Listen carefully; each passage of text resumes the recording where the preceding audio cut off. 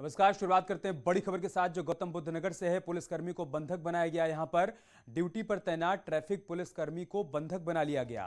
Car चालक पर बंधक बनाने का आरोप लगा है। चेकिंग के लिए रोकने पर जबरन पुलिसकर्मी को उसने गाड़ी में बिठाया। कार में काफी देर तक घुमाता रहा आरोपी कार चालक को फिलहाल गिरफ्तार कर लिया गया है। सूरजपुर थाना क्षेत्र का मामला है। आरोपी कार चालक को आप तस्वीरों में देख सकते हैं। इस पर आरोप है कि इसने ड्यूटी पर तैनात ट्रैफिक पुलिसकर्मी को गाड़ी में बंधक बना लिया। कार चालक पर बंधक बनाने का आरोप लगा है। चेकिंग के लिए रोकने पर जबरन उसने पुलिसकर्मी को अपनी गाड़ी में बिठा लिया और फिर काफी देर तक यहां वहां घुमाता रहा।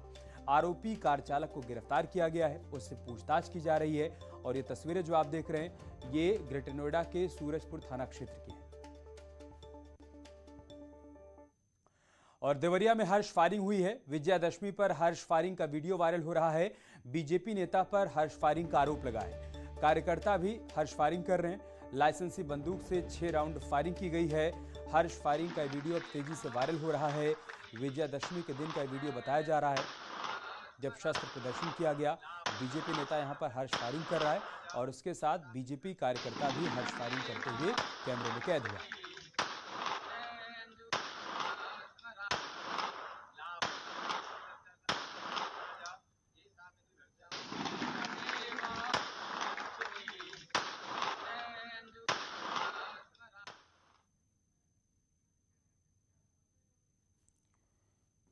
और लखनऊ से सीधी तस्वीरें इस वक्त हम आपको दिखा रहे हैं जहां पर एक कार्यक्रम में शामिल होने के लिए सीएम योगी पहुंचे हुए हैं। बीजेपी की तरफ से प्रतिनिधि सम्मेलन का आयोजन किया गया है और उसी सम्मेलन को संबोधित करेंगे सीएम योगी। लेकिन उससे पहले अमृत महोत्सव के तहत खादी महोत्सव का आयोजन किया गया है। उसमें शिरकत कर रहे हैं मुख्यमंत्री योगी आदित्यनाथ। खादी महोत्सव का आज सीएम के हाथों उद्घाटन होना है। अमृत महोत्सव के तहत खादी महोत्सव का आयोजन किया गया है।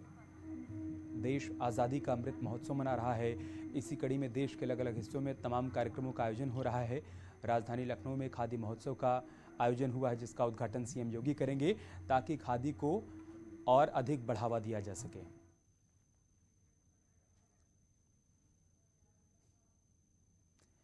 तो सीएम योगी को चरखा चलाते हुए आप देख सकते हैं।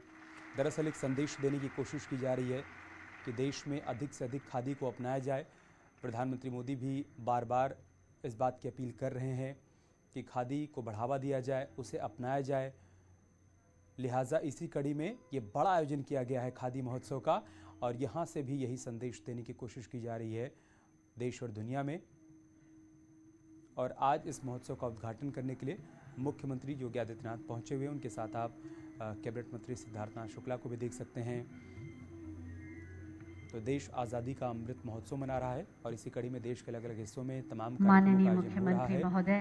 इन्हीं कार्यक्रमों में इस कार्यक्रम को भी जोड़ा गया है, खादी महोत्सव कार्यक्रम जिसका कि लखनऊ में आयोजन किया गया। प्रेरणा और उनका आशीर्वाद, उनका मार्गदर्शन फलीभूत हो रहा है, उसको देख रहे हैं। बातचीत कर रहे हैं शिल्पियों से, जानकारियां ले रहे हैं। माननीय मुख्यमंत्री महोदय बहुत ही संवेदनशील व्यक्ति हैं और इसीलिए बड़ी गहनता के साथ वो ऐसे अवसरों पर प्रदर्शनी का अवलोकन करते हैं। इस ऑडिटोरियम में जो स्टॉल्स लगाए गए हैं उनका मुआयना कर रहे हैं सीएम योगी। स्टॉल्स पर रुककर बातचीत कर रहे हैं। एक बहुत बड़ा मैसेज यहाँ से दिया जा रहा है स्वदेशी अपनाने का। याद करिए कुछ ऐसा ही संदेश राष्ट्रपिता महात्मा गांधी ने दिया था, खादी अपनाने का, स्वदेशी अपनाने का, और उसके बाद पूरे देश में क्रांति देखने को मिली थी। वही संदेश बार बार प्रधानमंत्री मोदी की तरफ से दिया भी जाता है और बीते 7 सालों में खादी की बिक्री भी बढ़ी है। खादी के क्षेत्र में एक नई ऊर्जा का संचार हुआ है और उसी को और आगे बढ़ाने की दिशा में ये बड़ा आयोजन किया जा रहा है राजधानी लखनऊ में खादी महोत्सव का, ताकि लोगों को खादी के महत्व के बारे में बताया जा सके, उसकी उपयोगिता समझाई जा सके। और आप देखिए यहाँ पर जितने भी स्टॉल्स लगाए गए हैं उन सभी स्टॉल्स पर सीएम योगी जा रहे हैं, बातचीत कर रहे हैं स्टॉल्स पर जो लोग मौजूद हैं और साथ ही साथ मुआयना भी कर रहे हैं।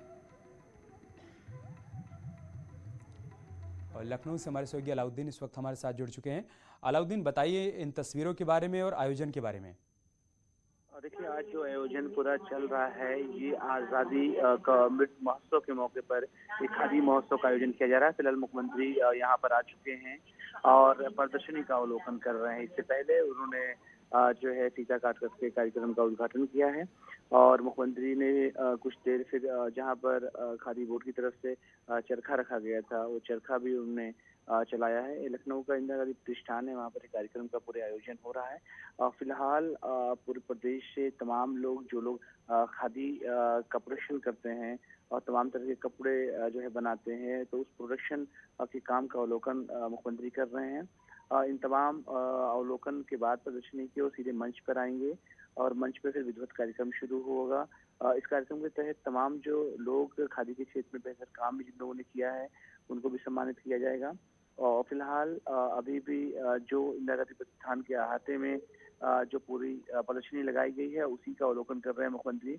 उनके साथ एसीएस खादी भी हैं, नोनिस सहगल, साथ में मंत्री हैं विभागीय सिद्धार्थनाथ सिंह मौजूद हैं और तमाम जो अधिकारी हैं वो मौजूद हैं।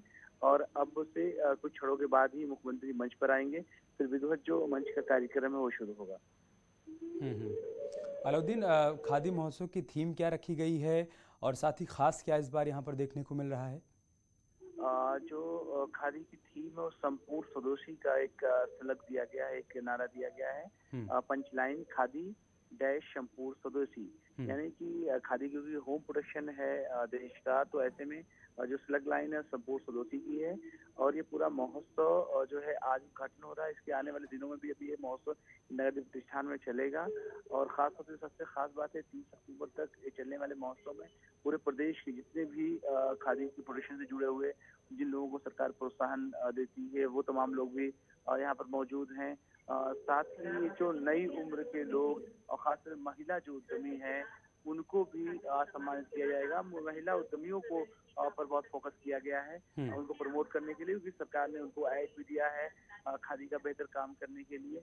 तो आप जो इस महोत्सव को देखेंगे तो आपको सिंपली खादी को लेकर के जो मिथ बना हुआ है कि खादी के कपड़े शायद सिर्फ राजनेता इस्तेमाल करते हैं, तो मिथ भी टूट जाएगा। मतलब आप खादी को फैशन से भी जोड़ करके देख सकते हैं। पूरी प्रदर्शनी लगी है, महिलाओं के कपड़े, बड़ों के कपड़े के साथ साथ फैशन को भी इसमें शामिल किया गया है और हर तरह के कपड़ों का भी इस्तेमाल इसमें है। तो खादी का रूप और स्वरूप किस तरह से बदल रहा है वो भी इस खादी महोत्सव में देखने को मिलेगा। और जितने भी इस एक्सपो में देश भर में जो काम करने वाले लोग हैं और खादी के एक्सपो में भाग लेने वाले पूरे देश में लोग हैं, वो सब भी शामिल हो रहे हैं। और खास बात ये है कि महिला जो उद्यमी हैं वो बहुत ज्यादा फोकस सरकार ने उनको किया आगे बढ़ाने के लिए। तो इंदिरा गांधी प्रतिष्ठान में फिलहाल ये कार्यक्रम जारी है और अब से कुछ क्षणों के बाद मुख्यमंत्री मंच की तरफ आ जाएंगे।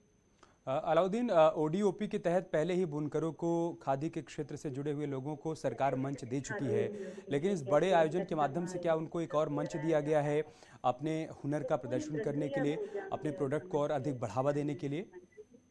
जी हाँ, बिल्कुल। एक मंच और एक ही छत के नीचे सारी व्यवस्थाएं की गई हैं, क्योंकि सबसे बड़ा जो मसला होता है इस तरह के काम में कि कई सारे काउंटर होते हैं जहाँ से होकर के चीजें गुजरती हैं और कई बार इनमें लेटलतीफी भी होती है, कई सारी दिक्कत परेशानियां भी होती हैं। तो ऐसे में एक विंडो, मतलब सिंगल विंडो के जरिए से सारे काम हो जाएं और सारा किसी को कोई परेशानी ना आए। और खासतौर से जो खादी निदेशालय है उस दिशा में काम काफी कर रहा है और सिंगल विंडो सिस्टम के तहत ही सारे काम हुए हैं। और जैसे सरकार आई है उसने जो मेन काम किया है उसको ही प्रमोट करने की पूरी जिम्मेदारी है। और क्योंकि खादी के मामले में सरकार से चीजों को सिर्फ प्रमोट करती है, बल्कि ऐड भी, यानी बैंकों के जरिए से लोन की व्यवस्था, उनको पैसे की व्यवस्था कराना, ये सारी तमाम चीजें भी जो है सरकार उनको उपलब्ध कराती है। खासतौर से खादी ग्रामोद्योग बोर्ड भी इस दिशा में बड़ा काम करता है। तो इन तमाम चीजों को प्रमोट करने का ही मामला है। साथ ही ये कोशिश की जा रही है कि जिन लोगों ने अच्छा काम करके दिखाया है, जिनके जरिए से इस पूरे जो है खादी के काम में एक ऐसा लैंडमार्क बनाया गया है जो लोगों के लिए न सिर्फ एक आईना पेश कर सकता है, बल्कि वो आगे किस तरह से दूसरे लोग अगर इस क्षेत्र में आना चाहते हैं तो वो काम कर सके, तो उनके लिए भी एक जो है प्लेटफॉर्म प्रोवाइड कराएगा। और ठीक फिलहाल है अलाउद्दीन। मुख्यमंत्री जो है और आज के खादी दिन एक अलग तरीके की तस्वीर भी देखने को मिली है। सीएम योगी यहाँ पर चरखा चलाते हुए नजर आ रहे हैं। इससे पहले प्रधानमंत्री मोदी को तो हमने ऐसा करते हुए देखा था, लेकिन शायद अतीत में इस तरह की तस्वीर सामने नहीं आई थी। मतलब बहुत बड़ा संदेश है यहाँ से, जो आप जिस बात का जिक्र कर रहे हैं कि एक स्लोगन दिया गया है संपूर्ण स्वदेशी का, उसको यहाँ पर सार्थक किया जा रहा है। बहुत शुक्रिया आपका हमारे साथ जुड़ने के लिए और जानकारी हम तक पहुँचाने के लिए। हमीरपुर की तरफ रुख करते हैं, जहां पर पुरानी रंजिश के चलते दो युवकों ने एक युवक को गोली मार दी और हत्या की वारदात को अंजाम देने की कोशिश की गई। गंभीर हालत में युवक को इलाज के लिए झांसी रेफर किया गया है। वहीं घायल की पत्नी ने 2 लोगों के खिलाफ नामजद मुकदमा दर्ज करवाया है। पुलिस आरोपियों की गिरफ्तारी के लिए अब छापेमारी कर रही है।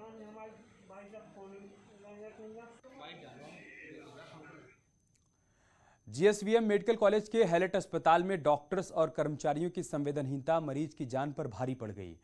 किडनी फेलियर मरीज रात भर फर्श पर पड़ी चटाई पर पड़ा रहा, लेकिन उसकी डायलिसिस तो दूर, डॉक्टरों ने देखना भी गवारा नहीं समझा। बेबस परिजन इधर उधर भटक कर गुहार लगाते रहे, सुनने वाला कोई नहीं था। जब सांस उखड़ने लगी तब उसे लेकर उर्सला अस्पताल गए, जहां डायलिसिस के दौरान मरीज ने दम तोड़ दिया। कब लाए थे बेटा इनको यहाँ? हम लोग कल को लाए 8 बजे यहाँ पर। यहाँ से इमरजेंसी में वार्ड में थे, 14 नंबर वार्ड पर डबल सीट पे कर दिया।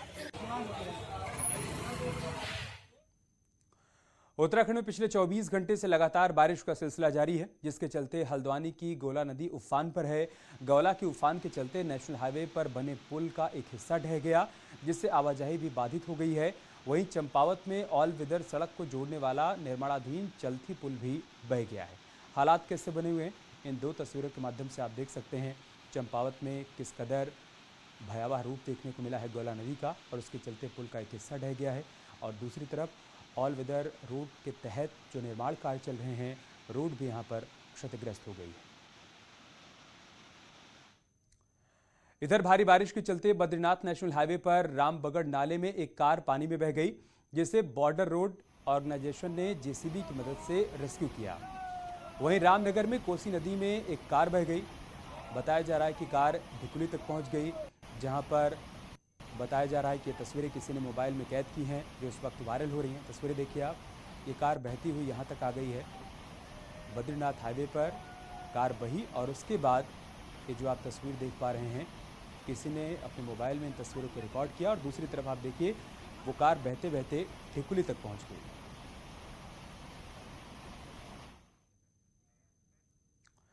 हल्द्वानी से एक बड़ी खबर है, नदी के बीच यहां पर हाथी फंस गया। गौला नदी में एक हाथी फंस गया, पानी में संघर्ष करता दिख रहा है हाथी। गौला नदी उफान पर है, तेज धार में हाथी बह गया। ये तस्वीरें देखिए आप, चारों तरफ पानी ही पानी नजर आ रहा है और नदी की तेज धारा के बीच हाथी फंसा हुआ है, जिसके रेस्क्यू ऑपरेशन की कवायद की जा रही है और हाथी संघर्ष कर रहा है इस पानी से निकलने का।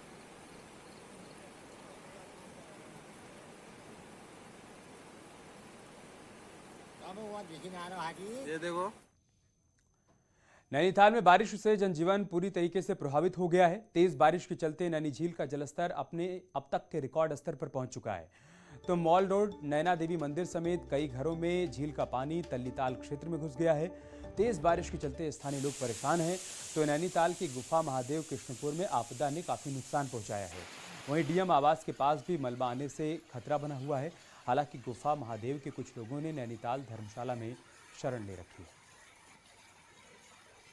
स्थिति सन 93 में एक बार देखने को मिली थी, लेकिन वो भी इतनी भयानक नहीं थी जितनी भयानक इस बार ये आप देख रहे हैं। पूरी रोड में पानी भरा हुआ, मोटरसाइकिल, टू व्हीलर सब बह चुके हैं। उत्तराखंड में भारी बारिश से मची तबाही के बीच पीएम मोदी ने उत्तराखंड के सीएम पुष्कर धामी से फोन पर बात की है और हालात की जानकारी ली है। पीएम मोदी ने केंद्रीय राज्य मंत्री अजय भट्ट से भी बातचीत की। पीएम मोदी ने उत्तराखंड को हर संभव मदद का भरोसा भी दिया है।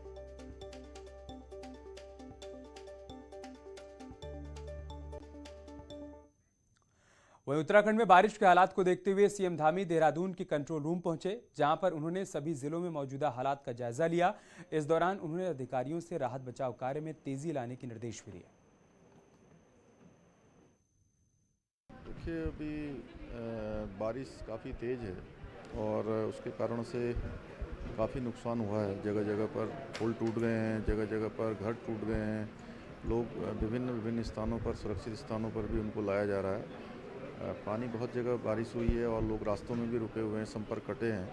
हम लेकिन पूरा प्रयास कर रहे हैं हर तरीके से कि लोगों को, सभी को सुरक्षित स्थानों पर निकालें और किसी को भी कहीं पर जिस प्रकार की भी आवश्यकता हो। माननीय प्रधानमंत्री जी ने भी अभी दूरभाष पर बात की है और उन्होंने भी हर संभव जो भी सहायता हो सकती है उन्होंने कहा है कि वो करेंगे। और उस क्रम में अभी हवाई जो ज़रूरत है कहीं पर निकालने के लिए, जो सेना के हेलीकॉप्टर भी आ रहे हैं और 3 हेलीकॉप्टर अभी जल्दी ही पहुंचने वाले हैं, वो भी रेस्क्यू में लगेंगे। इसके साथ साथ नुकसान सब जगह पर हुआ है, लेकिन हम इस समय पर सभी से अपील करते हैं कि धैर्य बना के रखें। सरकार हर तरीके से सभी की सहायता के लिए हर संभव प्रयास कर रही है। कोई अभी घबराने की आवश्यकता नहीं है, अपना संयम बरतें। निश्चित रूप से जो जरूरी कदम होंगे वो हम लोग सारे काम कर रहे हैं। यहाँ रुक रहे हैं छोटे से ब्रेक के लिए, जल्द लौटेंगे कुछ और खबरों के साथ।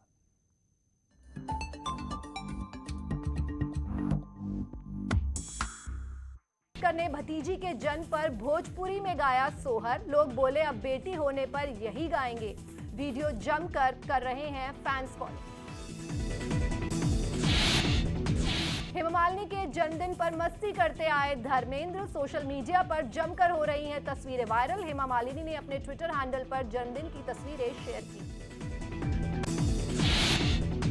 मलाइका अरोड़ा ने दोस्त के साथ किया अजीबोगरीब डांस। सोशल मीडिया पर जमकर वायरल हो रहा है वीडियो। एक्ट्रेस की केवल बैक आ रही है नजर।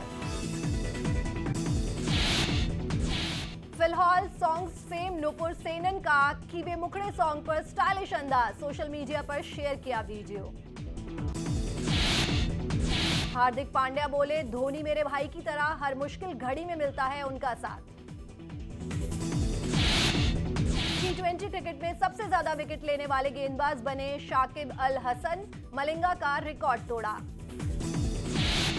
वीवीएस लक्ष्मण ने एनसीए प्रमुख के पद से किया इनकार। बीसीसीआई तलाश रहा ड्रेविड का विकल्प। युजवेंद्र चहल पर जातिगत टिप्पणी मामले में पूर्व क्रिकेटर युवराज सिंह गिरफ्तार। जमानत पर किए गए रिहा।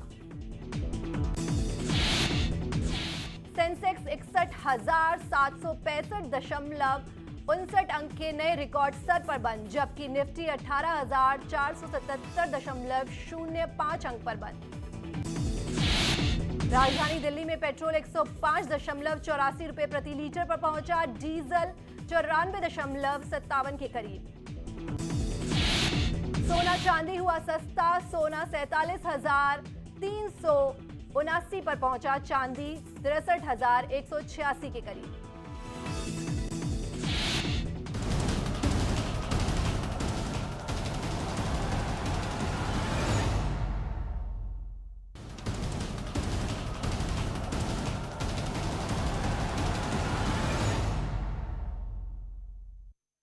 नमस्कार, मैं हूं आपके साथ गीतिका पंत और अब वक्त हो गया है आज की सुपरफास्ट खबरों का, यानी कि उत्तर प्रदेश उत्तराखंड एक्सप्रेस का। राज्य में कल सुबह से ही बारिश का तांडव जारी। बेमौसम हुई बारिश के चलते अब तक 5 लोगों की मौत। कल भी जारी रह सकती है बारिश। भारी बारिश के बाद चमोली में सड़क पर आफत। बोल्डरों के बीच से जेसीबी ने निकाली कार। रामनगर में सड़क पर आई एक नाले से बह गई कार। मौसम बदलने के साथ ही ऊंचाई वाले इलाकों पर जमकर हो रही है बर्फबारी। पिथौरागढ़, चमोली और उत्तरकाशी में हो रही है स्नोफॉल। कई जगह सड़कें बंद। आसमानी आफत के बाद सीएम धामी ने कंट्रोल रूम का लिया जायजा। इमरजेंसी में सेना की भी मदद लेने का भरोसा। धामी ने केंद्रीय गृह मंत्री अमित शाह से भी की बात। बारिश के बाद नोएडा में इंद्रधनुष के दीदार। ट्विटर पर कर रहा है ट्रेंड। मेरठ में आकर्षण का केंद्र बने 2 इंद्रधनुष। लोग छतों से ले रहे हैं सेल्फी। बारिश के बाद दिखा खूबसूरत नजारा। आगरा में लगातार हो रही बारिश के बीच पर्यटकों में भी दिखा जोश। ताजमहल देखने के लिए छतरी लेकर पहुंच रहे हैं पर्यटक।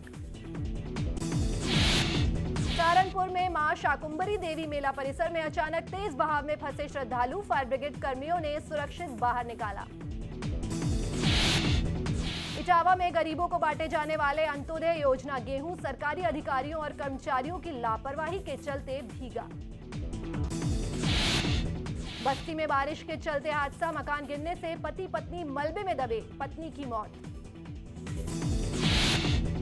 यूपी विधानसभा उपाध्यक्ष के नतीजों का ऐलान। नितिन अग्रवाल चुने गए विधानसभा उपाध्यक्ष। 368 में से 304 वोट किए हासिल। इस मौके पर सीएम योगी ने नितिन अग्रवाल को दी बधाई। कहा, मजबूती के साथ आगे बढ़ रहे हैं नितिन। नरेंद्र वर्मा को लेकर जाहिर की सहानुभूति। सीएम योगी ने कहा, 2022 विधानसभा की तस्वीरें आई सामने। एसपी ने संसदीय परंपरा का पालन नहीं किया। एसपी पर लगाया युवा विरोधी होने का आरोप। लखीमपुर खीरी हिंसा में एसआईटी को मिली बड़ी कामयाबी। सुमित जायसवाल समेत 4 साथी गिरफ्तार। क्राइम ब्रांच को पूछताछ में मिल सकते हैं अहम सुराग। प्रयागराज में महंत नरेंद्र गिरी की संदिग्ध मौत मामले में सीबीआई को सीजेएम कोर्ट से झटका। आरोपियों के पॉलीग्राफी टेस्ट याचिका को किया खारिज। राज्य में पूर्व स्पीकर गोविंद कुंजवाल के बयान से फिर सियासी भूचाल। कहा, बीजेपी के 6 विधायक संपर्क में। हरीश रावत बोले, अभी तो बहुत कुछ होना है बाकी। कश्मीर के कई इलाकों में इंटरनेट सेवा रोकी गई। एहतियात के तौर पर उठाया गया कदम। इस न्यूज हेडलाइंस के प्रायोजक पेट सफा आयुर्वेदिक जूस।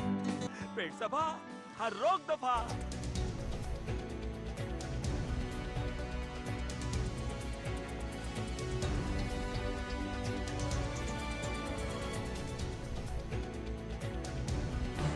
इस न्यूज हेडलाइंस के प्रायोजक पेट सफा आयुर्वेदिक जूस। पेट सफा, हर रोग दफा।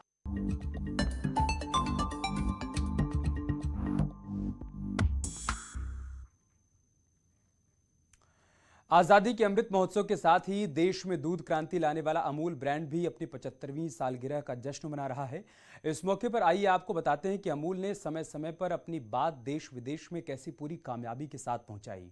अमूल ने अनूठे अंदाज में अपने प्रोडक्ट्स की जानकारी लोगों तक पहुंचाई। अमूल का हर विज्ञापन नई कहानी कहता है। अमूल की कोशिश रहती है कि अपनी बात निराले और दिलचस्प अंदाज में आप तक पहुंचाई जाए। आइए देखते हैं अमूल की एक अमूल्य कहानी।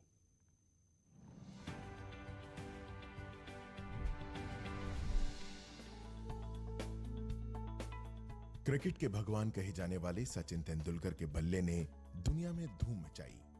1998 में ऑस्ट्रेलिया दौरे पर सचिन महान क्रिकेटर डॉन ब्रैडमैन से मिले। ब्रैडमैन सचिन को क्रिकेट की दुनिया में अपना सच्चा उत्तराधिकारी मानते थे। अमूल ने 1998 के अपने विज्ञापन में लिखा कि दोनों ब्रैडमैन हैं। संदेश था कि दोनों महान हस्तियों को अमूल बटर लगी ब्रेड पसंद है।